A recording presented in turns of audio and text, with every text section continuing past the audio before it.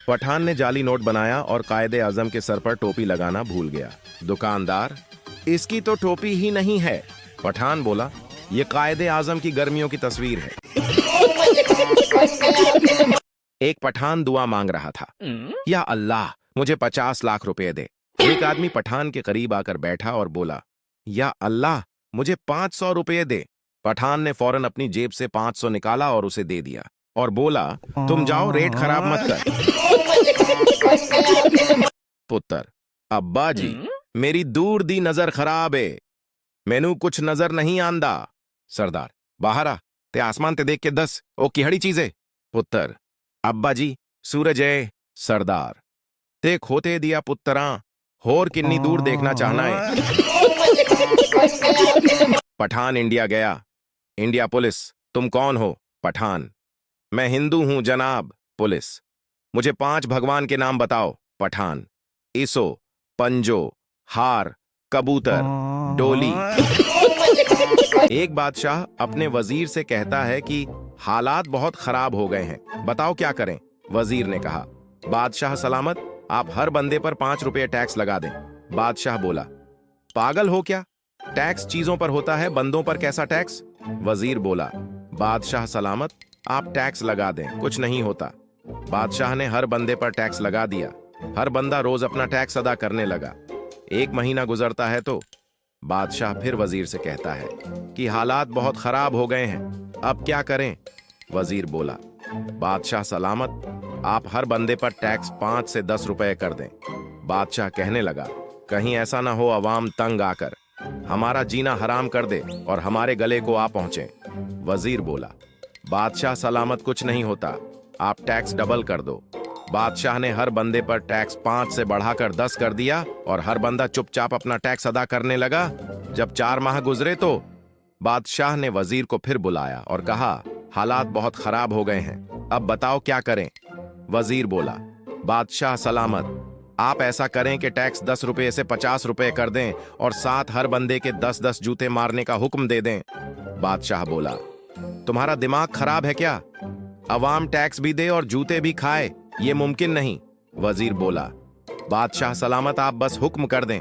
बादशाह ने ऐसा ही किया। अगले दिन सब लाइन में लगकर टैक्स अदा करने लगे और हर बंदा 10-10 जूते भी खाने लगा।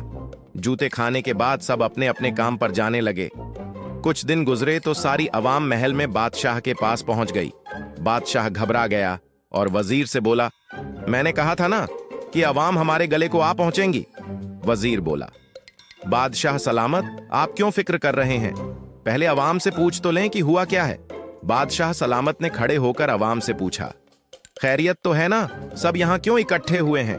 एक आदमी बोला, बादशाह सलामत, हम टैक्स दे रहे हैं ना, और हम जूते भी खा रहे हैं, आपकी मेहरबानी जूते मारने वालों की तादाद ज्यादा कर दो, हम घंटा घंटा लाइन में लगे रहते हैं और काम पर भी टाइम से पहुंच नहीं पाते।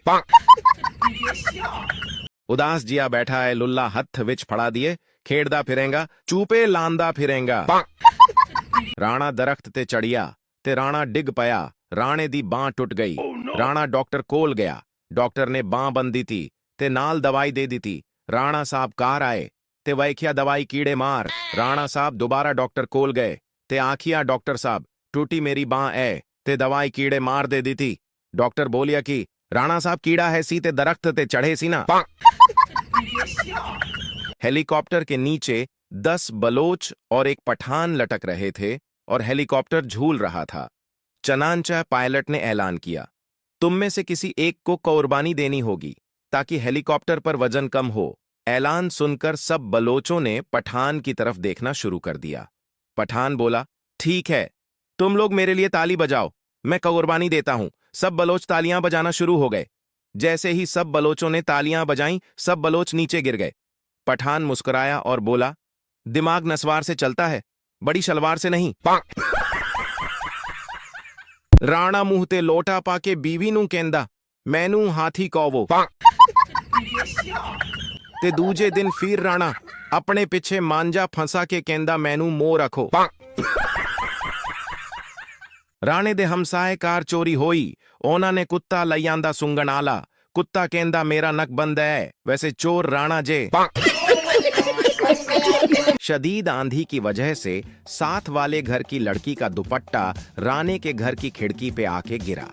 राणे ने सोचा कि इसको जाकर वापस दे आऊं, लेकिन फिर देखा कि इसको पीको नहीं हुई थी।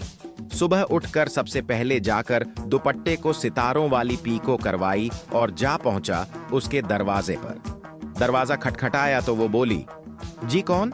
राणा बोला, ये दुपट्टा ले लें, आंधी से उड़कर हमारे घर आ गया था। वो मुस्कुराने लगी। राणा बोला, मैंने आपके दुपट्टे को पीको भी करवा दी है। ये सुनकर लड़की ने दिल दहला देने वाला इंकशाफ किया, एक लंबा सा कहकहा लगाया और बोली, ये दुपट्टा तो नहीं, अब्बा जी की धोती है जो धोकर डाली थी। शौहर ने दूसरी शादी का फैसला किया। जुमे को निकाह रखा। बीवी को खबर हो गई। शौहर जुमा रात को सोया और जब जागा तैयार हुआ। बीवी ने पूछा, कहाँ की तैयारी है शौहर? जुम्मा पढ़ने जा रहा हूँ। बीवी बोली, आज जुम्मा नहीं, इतवार है। आपको नींद की गोलियां दी थीं, 3 दिन बाद जागे हो। अब अगली बार ऐसा कुछ सोचा तो क़यामत वाले दिन ही उठोगे। हाजी बशीर के बेटे का आज रिजल्ट था। हाजी बशीर बोला, अगर तू फेल हो गया तो मुझे अब्बा कहकर मत बुलाना। थोड़ी देर बाद जब बरखुरदार घर तशरीफ लाए तो हाजी बशीर ने रिजल्ट का पूछा। बेटा बोला, बस यार क्या बताऊं, बशीरे तू अब अब्बा कहलाने के लायक नहीं रहा। एक आदमी की कार से तोता टकराकर बेहोश हो गया। आदमी ने उसे उठाया और अपने घर ले जाकर पिंजरे में बंद कर दिया। तोता जब होश में आया और बोला, हाय अल्लाह, जेल हो गई, लगता है कार वाला मर गया होगा। बीवियां फलों जैसी होती हैं, कोई आम जैसी मीठी, कोई केले के दरख्त जैसी ऊंची, कोई सेब जैसी सुर्ख, कोई स्ट्रॉबेरी जैसी रस भरी, कोई पपीते जैसी गरम, कोई संतर जैसी खट्टी मीठी, कोई अमरूद जैसी मजेदार और कोई तो अंगूर जैसी नशीली। मसला तो मर्दों में है, नालायकों को तो फ्रूट चाट ही चाहिए, और वो भी मिक्स वाली। एक पठान आम के दरख्त पर चढ़ गया। आम के दरख्त पर एक बंदर बैठा हुआ था। बंदर बोला, तुम आम के दरख्त पर क्यों चढ़े हो? पठान बोला, अमरूद खाने के लिए। बंदर बोला, कर दी ना पठानों वाली बात, ये तो आम का दरख्त है। पठान बोला, कर दी ना जानवरों वाली बात, हम अमरूद अपने साथ लाया है। एक मुर्गी ने बाज से शादी कर ली। मुर्गा बोला, हम मुर्गे मर गए थे क्या? मुर्गी बोली, नहीं, मैं तो तुमसे शादी करना चाहती थी, मगर माँ बाप की ख्वाहिश थी कि लड़का एयरफोर्स में हो। हेलो गाइस, अगर वीडियो अच्छी लगी हो तो लाइक सब्सक्राइब ठोक दो। ठोको भाई, ठोको बे।